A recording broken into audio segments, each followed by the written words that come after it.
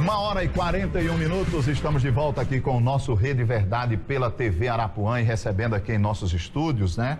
Para orgulho nosso, né? A senadora, vou chamar assim, senadora, porque uma vez senadora, sempre senadora, Heloísa Helena, lá de Alagoas. Tudo bem? Boa tarde para a senhora. Boa tarde a você. Prazer tê-la aqui na nossa bancada, viu, querida? Muito obrigada, Adelton, a você e a todos que fazem o seu programa e abraçar também carinhosamente a todas as ouvintes e ouvintes. Para mim é uma alegria e agradeço muito a generosidade democrática do espaço. Rede Verdade por a Rede Sustentabilidade. Muito bem, deixa eu lhe fazer uma pergunta. O que a senhora está fazendo aqui em João Pessoa? Bom, a gente está num trabalho de estruturação da rede nacionalmente, né? Claro que na perspectiva de construir alternativas e elos sociais que possibilitem garantir as condições programáticas e estruturais para que nossa querida Marina Silva, que é a principal liderança do partido, possa ser candidata a presidente. E junto com o pessoal da rede aqui, hoje eu vou estar em João Pessoa, amanhã nós vamos para Campina Grande e estamos tentando ajudar a estruturação da rede pelo Nordeste e no Brasil todo. Então, é a convite da rede e amanhã Tem crescido o partido? Tem, embora... Deixa eu lhe fazer uma perguntinha Sim. que me intriga. Tem crescido o partido e quais são os critérios para se entrar num partido como Rede Sustentabilidade, né? Porque é um partido que realmente tende a crescer. Eu digo sempre assim, que ao contrário de outras concepções partidárias, como é até da tradição de alguns de nós, né? Então eu digo sempre que na rede cabem várias pessoas, só não cabem os ladrões dos cofres públicos, aqueles tem demais, viu? Aí não pode ficar na rede. Já tem outros espaços para que eles possam estar lá. Como né? é que o partido filtra para saber que o cara não vai roubar ou que ele não é ladrão? Mas olha, geralmente assim, quem é bandido já se distancia das estruturas partidárias ou de movimentos sociais onde as dificuldades sejam grandes. Então, geralmente, as excelências delinquentes, geralmente elas preferem aquilo onde tem muito dinheiro, muita participação nas instâncias de decisão política, nos espaços de poder, aquilo onde as facilidades da medíocre matemática eleitoralista nas alianças possam ser feitas, onde a aliança é feita não por identidade programática, mas por tempo de televisão, por dinheiro ou por marqueteiro, o que quer que seja. Então já existe uma dificuldade natural. Claro que a rede não quer se apresentar como a dona da verdade absoluta, o altar onde estão os ungidos, né, da única verdade. A gente reconhece que existem pessoas boas em outras estruturas partidárias ou pessoas boas que não querem participar de partido ou de tanto de coração partido. O que para nós importa é que essa estrutura programática, essa concepção onde disputa no imaginário popular e no coração das pessoas uma concepção relacionada à sustentabilidade que vai desde o respeito ao meio ambiente até a inclusão social, a justiça social, tenha um espaço também no coração das pessoas através tanto da participação fundamental de Marina em disputas, como em relação à organização partidária que todos nós, aqui ou em outros estados, ajudamos a fazer. Agora, toda vez que a gente fala da rede, fala de Marina e faz uma vinculação, por exemplo, sustentabilidade, é uma coisa que gera digamos assim, um canal para se pensar só em meio ambiente.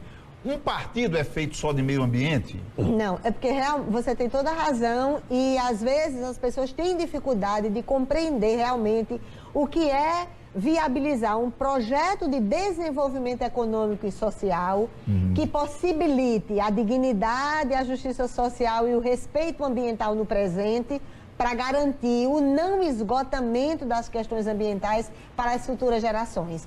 A gente tem a compreensão de que nós somos donos da natureza, donos desse meio ambiente, e não é verdade. A gente tem que usar o meio ambiente para garantir desenvolvimento econômico, inclusão social e justiça social, sem aniquilar as condições objetivas que possibilitarão a vida vivida em plenitude para outras gerações. Então, às vezes tem incompreensão, o que é normal, porque é um partido novo, é normal e absolutamente justificável que as pessoas não consigam compreender muito bem quais as concepções programáticas, a concepção filosófica ou ideológica do partido, mas o que importa para a gente é que tem esse espaço onde se discute a questão da sustentabilidade, ela não se encerra no respeito ao meio ambiente. O respeito ao meio ambiente, junto com a inclusão social, com um projeto de desenvolvimento econômico que possibilite a dinamização da economia local, a geração de emprego e renda, a saúde, a educação, segurança pública de qualidade, os investimentos em infraestrutura que são necessários para gerar emprego, dinamizar a economia, garantir uma vida melhor para as pessoas, sem necessariamente ser a significação de acabar com tudo para que alguns poucos possam acumular muita riqueza. Por que Marina Silva não aparece mais nesse momento de uma crise política, crise ética? Por que ela não se embrenha mais em discutir o país nesse exato momento, que eu acho que é o momento mais crítico que nós estamos vivendo? Olha, mas... A percepção que eu tenho, me perdoe a sinceridade, é de que ela se esconde um pouco. Mas olha... Ou o partido se esconde. Tenha convicção de que ela não se esconde, ela interfere, mas infelizmente é a mesma coisa. Por exemplo, eu estou aqui dando essa entrevista, agradeço a generosidade democrática de vocês, da rádio. No meu estado, as condições objetivas para que eu consiga dar entrevista, elas são quase que insignificantes. Ninguém então, deixa? Não deixa. Não é possível. Então, do mesmo jeito, às vezes acontece com Marina. Quando eu que acompanho tão de perto a militância dela, a coragem, o compromisso social, a competência... A senhora está dizendo então que a mídia nacional não dá espaço para ela. E às vezes também, quando você não está com um cargo que tenha visibilidade, é até quase que natural que isso aconteça.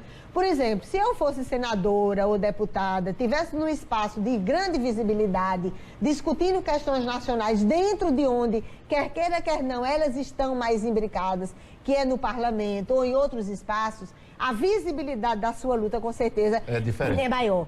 Você identifica pessoas que são altamente lutadoras na vida cotidiana das cidades. Mas se ela não tiver um espaço de mídia para estar lá apresentando a sua luta, dá essa impressão realmente. Então, é justo quando as pessoas falam isso, mas, por outro lado, elas não representam a verdade absoluta. Ela tem feito um esforço gigantesco, tem andado pelo Brasil, tem buscado intervir em questões que são de alta complexidade técnica e de altíssima necessidade política.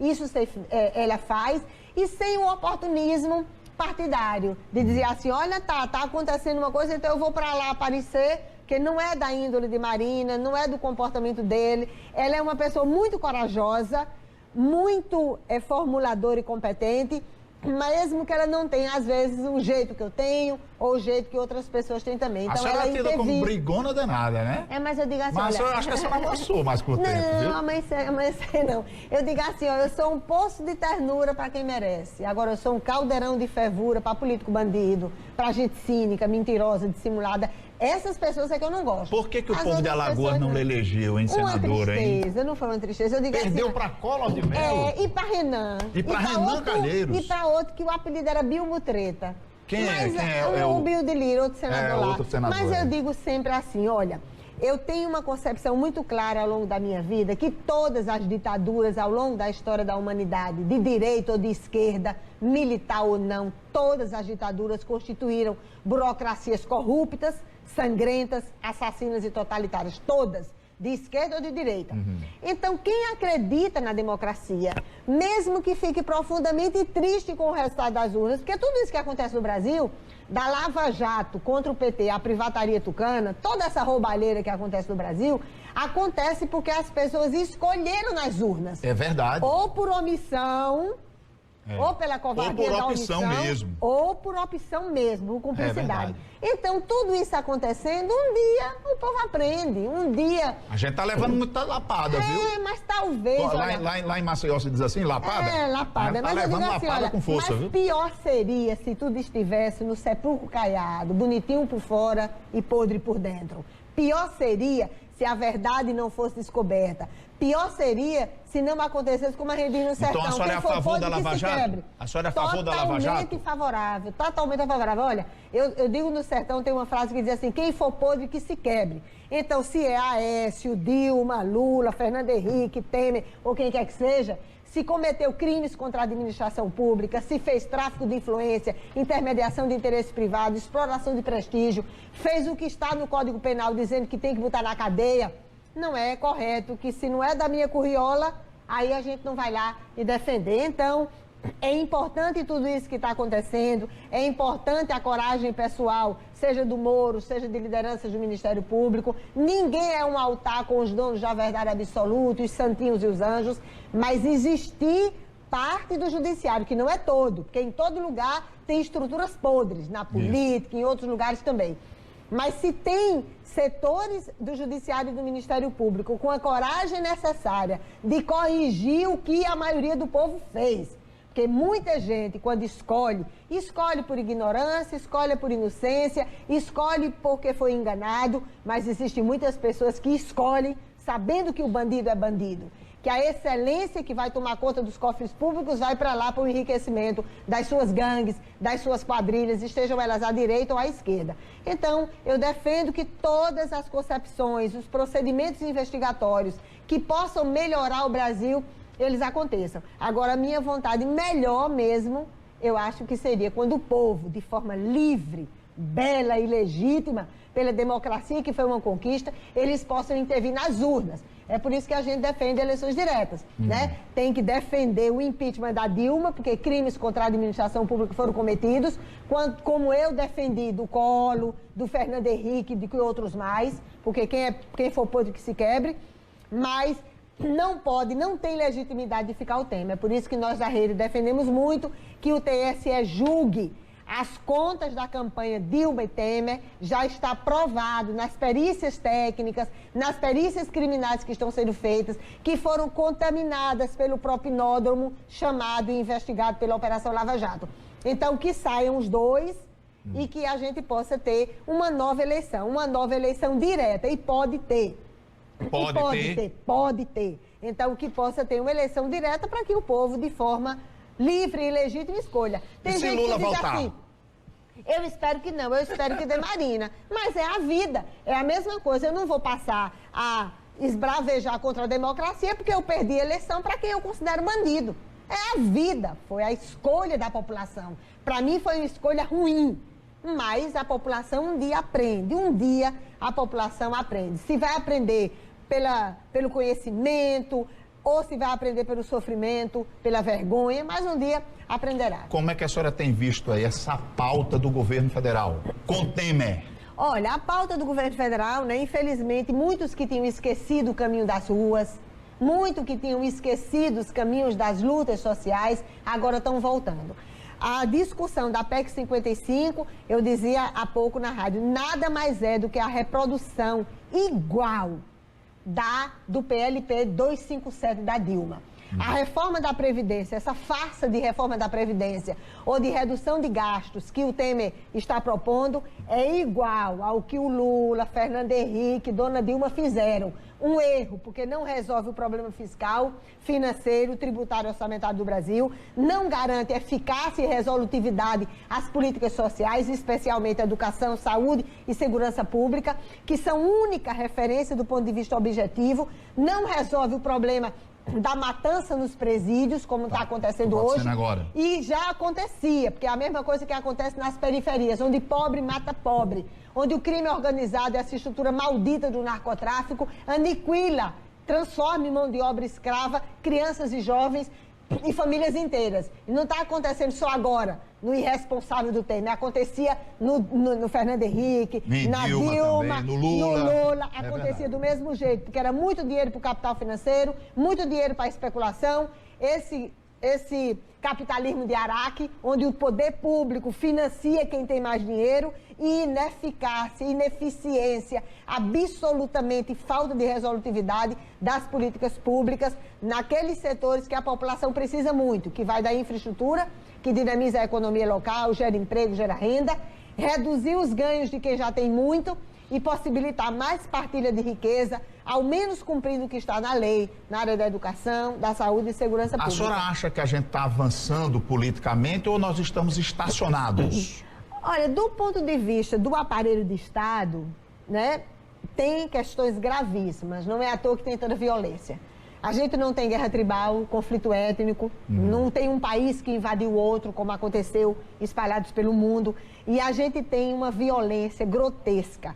Quando você consegue ter num país o principal problema de saúde pública dos jovens de 12 a 29 anos, que antes era de 15 a 29 anos, é a violência letal intencional, é algo gravíssimo que alerta a sociedade. Então, quando você analisa o mapa da violência no Brasil, os equipamentos sociais que estão disponibilizados, a ausência de investimento em capacitação profissional, inserção produtiva, arranjos produtivos locais, educação, saúde, segurança pública, você vê claramente onde é que o problema está. Vai ser resolvido de uma hora para outra? Não. Mas se não forem dados os primeiros passos necessários, objetivos, com eficácia e resolutividade do ponto de vista da administração pública, infelizmente não vai ser resolvido. Então vira essa cantilena que, como lembrava um ouvinte no programa que eu estava de rádio, quando chega na campanha eleitoral, todo mundo diz que defende a educação, saúde, segurança pública. Anestesiado, né? Agora, depois, quando se mexe na estrutura, no coração do sistema, que é a questão orçamentária, a execução orçamentária, então, essas políticas que podem dinamizar a economia, gerar emprego, gerar renda, ou garantir com eficácia e resolutividade as políticas públicas para as áreas mais vulneráveis socialmente, muito especial, isso não é feito. Então, demagogia é nisso, cinismo e dissimulação é nisso. É possível mudar? Tenha certeza que eu acredito que é. Um dia a gente muda, né? Um dia muda. Se será em um ano, um século, um milênio, tem uma corrente hoje, tem uma corrente hoje que quer mudar, e eu sinto que tem esse movimento no mundo inteiro, mudar para a direita. A direitona. Né? Mas olha... Com Bolsonaro e companhia. Infelizmente, quem alimentou essa chamada direitona, porque eu respeito quem tem uma concepção distinta da minha. Eu vou duelar com ele até o último momento, onde por honestidade intelectual eu tiver. Então eu respeito quem tem uma concepção, uma formulação filosófica ou ideológica totalmente diferente da minha. Eu não respeito o cinismo, a dissimulação, a mentira. Isso é que eu não respeito, o roubo aos cofres públicos. Então, infelizmente, quem mais alimentou esses setores foram aqueles que se apresentaram como se fosse de esquerda, fizeram um governo de traição de classe e patrocinaram a mesma roubalheira do aparelho de Estado que condenava quando estava na oposição. Então, quem alimentou essas figuras a retomarem politicamente, sejam as figuras célebres, né, as excelências delinquentes de determinados partidos nacionais, foram alimentados por aqueles que se diziam de esquerda. Continuaram sendo alimentados por esse parasitismo político. Então, mudança haverá. Eu espero que não seja para ter mais atraso. Eu não espero seja nenhuma mudança para avançar. Para avançar. E tem possibilidade. A gente já está chegando ao final da entrevista, falta só um minuto aqui, minha produção está me dizendo, é uma pena, que a gente poderia estar conversando mais. Mas em um minuto, a senhora vai fazer politicamente o quê? Vai ser candidata a alguma coisa? O que a senhora pretende fazer da sua vida política? Olha, se eu já tivesse uma definição, eu dizia, porque eu detesto esses mistérios da política. Vamos ver, o povo vai definir. O povo é que vai dizer. Isso é conversa fiada. Mas, sinceramente, se eu tivesse, eu já começava a dizer agora, até para tentar ver se alguém pedia voto lá em Alagoas, porque lá é difícil dar entrevista. Mas é uma definição que a gente está fazendo aos poucos. No momento, assim, eu quero dar toda a minha contribuição para ajudar na estruturação da rede e aglutinar setores sociais, independente de serem da rede ou de outros partidos, ou de gente de coração partido, que não gosta de partido, para ajudar a nossa querida Marina Silva, que é essa grande mulher que merece e que o Brasil precisa dela na presidência da República. Grande abraço, viu? Prazer conhecê-la pessoalmente, viu? Obrigada, admirava já a senhora antes, viu? Obrigada. Grande abraço, um abraço para todo o pessoal do Rede aqui que está acompanhando aqui, Obrigada. a senadora Marina, a senadora Heloísa Helena. Grande abraço, leva o nosso abraço lá para Alagoas, viu? Obrigada. Tá bom? Um abraço para você que nos acompanhou até agora. Bom final de semana e até segunda-feira, se Deus quiser.